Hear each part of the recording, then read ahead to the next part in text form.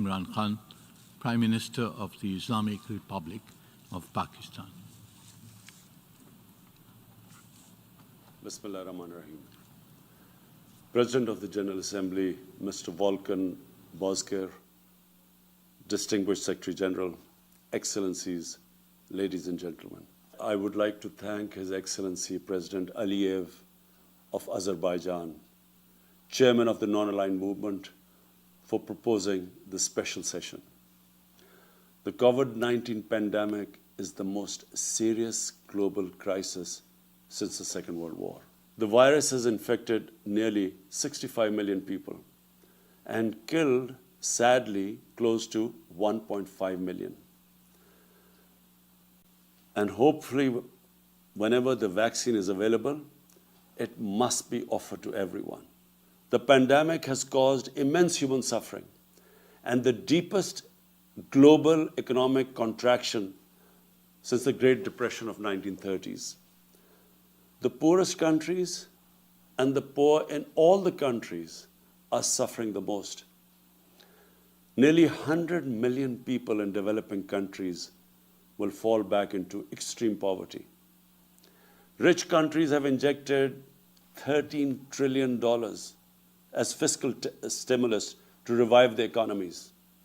On the other hand, developing countries just do not have the resources to afford such a massive economic stimulus. They are struggling to find even a fraction of the 2 to 3 trillion they require to recover from the pandemic. In Pakistan, we had a successful policy of smart lockdowns. Our efforts were aimed at ensuring that not only do we save people from the virus, but also prevent them from dying from hunger. We provided a relief package of around $8 billion, which was almost 3% of our GDP, to support the poor and to keep the economy afloat at the same time. And as I said, so far our strategy has worked. But now we are confronted with a far more aggressive second wave of the virus. We are facing now the challenge of maintaining and reviving our economic growth, as well as dealing with increasing number of cases which are occupying our hospital beds. The IMF Managing Director had advised countries to spend as much as it is required to stimulate growth. But like many developing countries, Pakistan is committed under our IMF program to reduce the budget deficit. And I'm sure other developing countries in our position are facing a similar dilemma. How do you stimulate the economy and yet at the same time reduce your budget deficit? The only way we can have the fiscal space to maintain and revive growth is through access to additional liquidity. Last April, I called for a global initiative on debt relief. We are grateful for the debt suspension announced by G20 in May and its subsequent extension till June next year. We also appreciate the rapid lending facilities activated by IMF and the World Bank. Yet the amounts generated so far are not even close to the needs of the developing countries to recover from the impact of the pandemic. As far as I know, 5 developing countries have already defaulted on their debt, and it seems others are about to follow. Several nations faced with large debt repayments and at the same time lost revenues are on the brink of economic collapse. There are disturbing reports from the World Food Programme of possible famines in some parts of the world. The financing for development discussions initiated by Secretary General and the Prime Minister of Canada and Jamaica have identified hundreds of options to financially support the developing countries. We hope that this process culminates in some concrete action soon.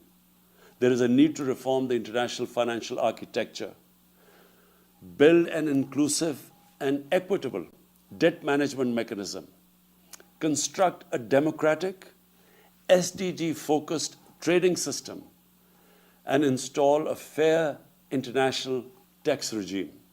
If economic collapse is to be averted in a number of developing countries due to the COVID-19, the international community must identify and implement some key priority actions.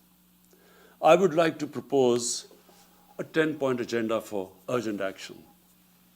1. Debt suspension till the end of the pandemic for low-income and most stressed countries. 2. Cancellation of debt of least developed countries. 3. Restructuring of the public sector debt of other developing countries under an agreed inclusive multilateral framework. 4. A general allocation of special drawing rights of $500 billion. 5. Expanded concessional financing to low-income countries through multilateral development banks. 6. Creation of a new liquidity and sustainability facility, which should provide short-term loans at low costs. 7. Fulfillment of the 0.7% official development assistance commitments. 8. Mobilizing the required 1.5 trillion annual investment in sustainable infrastructure. 9. Achievement of the agreed target of mobilizing $100 billion per year for climate action in developing countries. And 10. Immediate action to stop the massive illicit financial outflows from developing countries to rich countries, to offshore tax havens. And at the same time, there should be an immediate return of their assets stolen by corrupt politicians and criminals back to these countries. This one action, I assure you, Mr. President, this one action would benefit the poor countries more than all other measures put together. Excellencies, everyone agrees that there has to be a collective response to recover from the COVID crisis and at the same time achieve sustainable development goals and implement targets set by the Paris agreements. Excellencies, the UN Charter's concept of collective security embraces collective economic security.